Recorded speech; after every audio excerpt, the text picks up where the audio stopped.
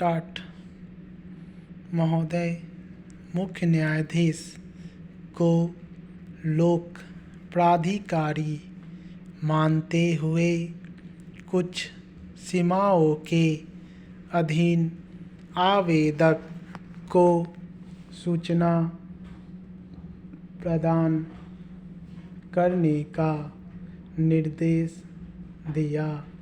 अंततः इस आदेश की समीक्षा उच्च न्यायालय के पूर्ण पीठ को करनी पड़ी, जिसने सूचना के अधिकार अधिनियम 2005 के विभिन्न धाराओं की समीक्षा करते हुए तथा एकल न्यायाधीश के निर्णय की पुष्टि करते हुए प्रत्युत्तरदाता के पक्ष में निर्णय दिया।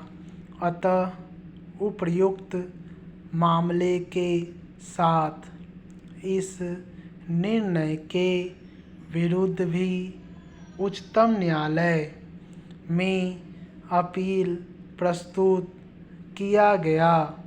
उपर्युक्त तीनों अपीलों को समेकित करते हुए उच्चतम न्यायालय की एक खंडपीठ ने निम्नलिखित प्रश्न विचारित कर उसे संविधान पीठ के द्वारा विनिश्चित किए जाने हेतु निर्देशित किया, जिस पर इस संविधान पीठ ने निर्णय दिया है। क्या न्यायपालिका की स्वतंत्रता का सिद्धांत चाही गई सूचना को सार्वजनिक किए जाने से प्रतिबंधित किए जाने की आवश्यकता है और ऐसा किया जाना समय की मांग है? क्या चाही गई सूचना न्यायपालिका के कार्य प्रणाली में हस्तक्षेप को आश्रित करना है? बारदोली सत्याग्रह भारतीय स्वाधीनता संग्राम के दौरान वर्ष 1928 में गुजरात में हुआ एक प्रमुख किसान आंदोलन था, जिसका नेतृत्व वल्लभ भाई पटेल ने किया। उस समय प्रांतीय सरकार ने किसानों के लगान में 30% तक की वृद्धि कर दी थी। पटेल ने इस लगान वृद्धि का जमकर विरोध किया। सरकार ने इस सत्याग्रह आंदोलन को कुचलने के लिए कठोर कदम उठाए, पर अंततः विवश होकर उसे किसानों की मांगों को मानना पड़ा।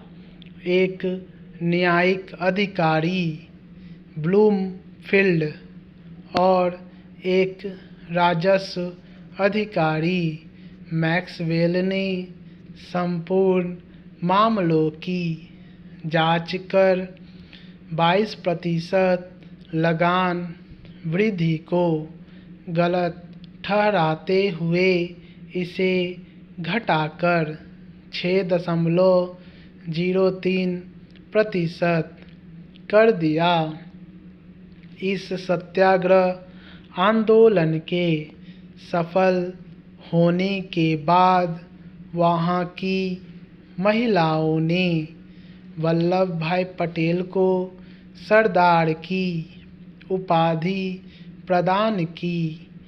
किसान संघर्ष एवं राष्ट्रीय स्वाधीनता संग्राम के अंतर संबंधों की व्याख्या बारदोली किसान संघर्ष के संदर्भ में करते हुए गांधी जी ने कहा कि इस तरह का हर संघर्ष, हर कोशिश हमें स्वराज्य के करीब पहुंचा रही है और हम सबको स्वराज्य की मंजिल तक पहुंचाने में ये संघर्ष सीधे स्वराज्य के लिए संघर्ष से नहीं ज़्यादा सहायक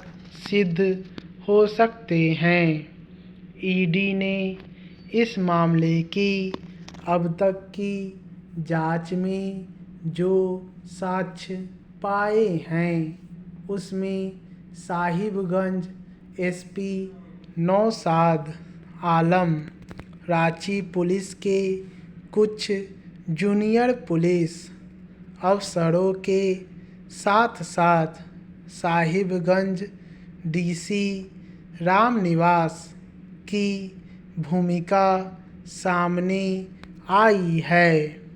ईडी जांच में मुख्य गवाह विजय हांसदा को आर्थिक लाभ पहुंचाने